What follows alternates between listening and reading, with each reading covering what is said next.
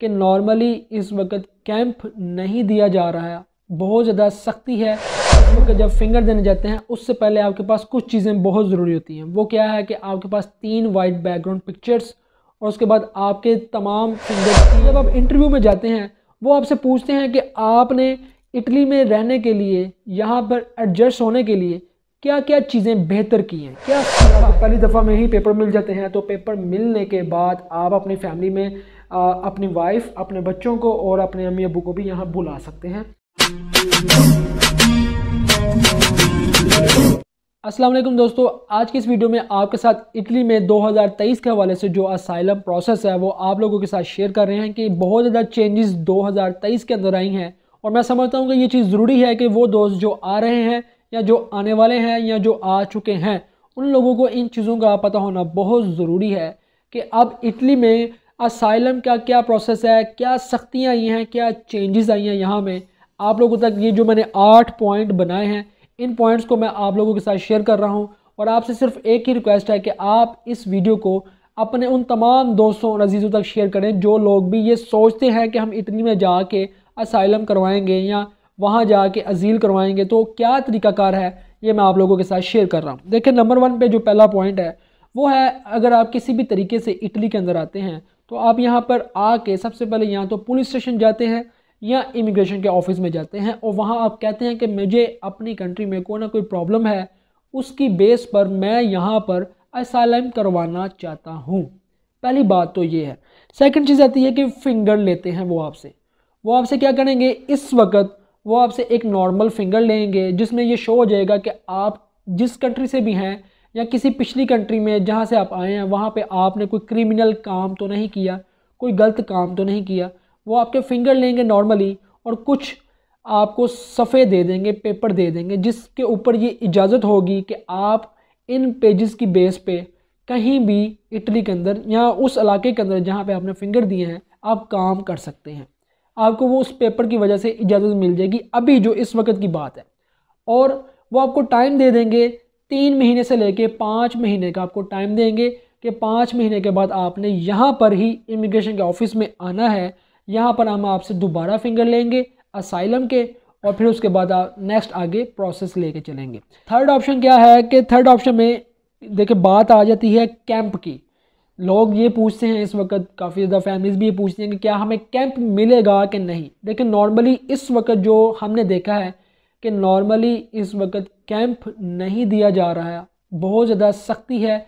New government को लेके इतनी ज़्यादा स्ट्रिक्टनेस है, कानून और रेगुलेशन को लेके बहुत ज़्यादा, कि अभी इस वक्त जब आपको ये जो आपको पेपर देंगे जिसकी बेस पे आप काम कर सकते हैं और ये आपकी ओपन अजील की जा रही है। इस वक्त जितने भी लोग इटली के अंदर आ रहे हैं उनसे फिंगर ले लेते हैं, उनको टाइम दे देते हैं और वो 4, 5, 6 महीने का जो टाइम दे देते हैं उसकी बेस पे आपने ओपन ही अजील करवाई होती है और आप किसी ना किसी जगह पे किसी दोस्त के साथ शेयरिंग करके रह रहे हैं या कहीं आप अलग से घर ले लेते हैं, कहीं भी आपने ओपन ही अजील करवानी है। अभी कैंप या घर मिलना बहुत मुश्किल है, नामुमकिन नहीं है लेकिन ना होने वाली बात है कि बहुत मुश्किल है जो अभी इस वक्त कैंप दिया जाए, क्योंकि हज़ारों लाखों की तादाद में लोग जो इटली के अंदर अभी आए हैं वो लोग ज़्यादातर जो हमने देखा है वो किसी न किसी के साथ रूम शेयरिंग के ऊपर रह रहे हैं या अभी वो दर बदर फिर रहे हैं, उनको घर भी नहीं मिला।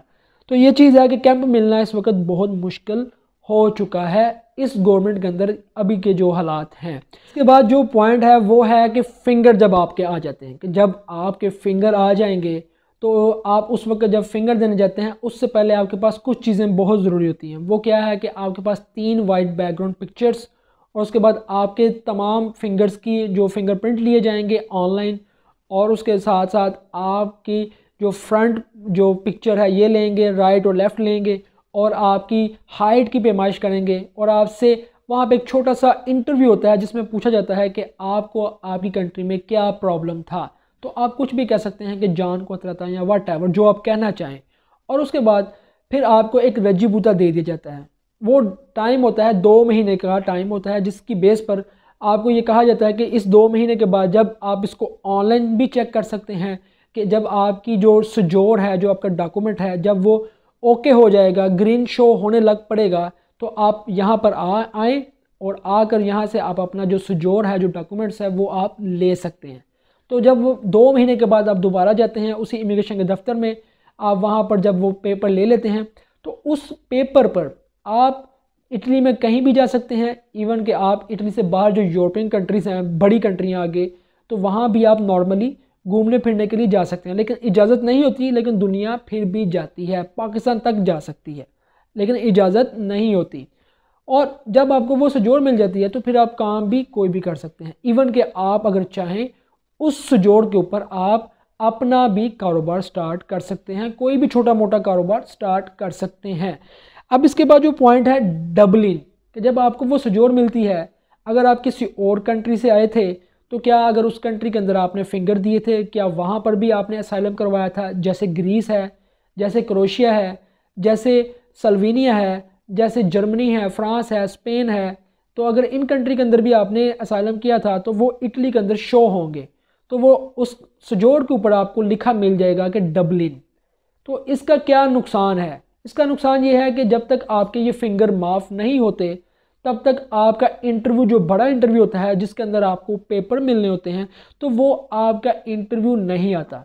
नॉर्मली ये जो फिंगर हैं इसको माफ़ कराने के लिए आपको एक वकील करना पड़ता है, जो कि वकील आपसे 150 से 200 यूरो या 300 यूरो भी ले सकता है। तो वो आपसे टाइम लेगा 1.5 साल का, 18 माह लग जाते हैं जब आपका ये टाइम पीरियड है।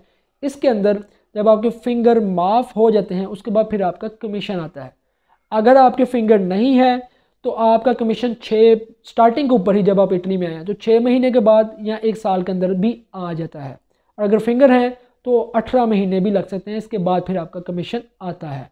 तो उस कमीशन के अंदर जब आप जाते हैं तो आपने वहाँ पर ये बातें कहनी होती हैं कि मुझे मेरे मुल्क में मसला था, ये प्रॉब्लम थी, और ये जो टाइम पीरियड आपको दिया गया होता है, इतना टाइम जो आप लगाने के बाद अब आपका कमीशन आया है, आप कमीशन में गए हैं। यहाँ पे लड़के सवाल करते हैं कि हमें इटली की पीआर कैसे मिलेगी, इटली के डॉक्यूमेंट्स कैसे मिलेंगे, क्या तरीकाकार है। देखिए, इटली में तो वैसे भी इमिग्रेशन खुलती रहती है, लेकिन अगर इमिग्रेशन नहीं खुलती तो इंटरव्यू के अंदर आप पेपर कैसे ले सकते हैं। देखिए, तरीकाकार ये है कि जब आप इटली में आते हैं, सबसे पहले आते ही आप ज़ुबान सीखेंगे, यहाँ की लैंग्वेज को आप सीखेंगे। लैंग्वेज सीखने के साथ साथ फिर आप कोई ना कोई साथ में कोर्स भी करेंगे जिसका आपको फ़ायदा है आगे फ्यूचर में चल के। और ये कोर्स करने के साथ साथ इसके बाद फिर आगे जैसे ही आप चलते हैं और आप साथ साथ काम भी करते हैं, क्योंकि काम करेंगे तो आप कमाएंगे भी, घर भी भेजेंगे, आपके पास भी आएंगे पैसे। और जब आप काम करेंगे आपका टैक्स भी निकलेगा। गवर्नमेंट जो आप जिसके पास आप काम करते हैं वही आपका टैक्स दे रहा होता है। 500, 600, 700, 800, 1000, 1500 का हर महीने का आपका टैक्स पेपर भी साथ साथ निकलता है।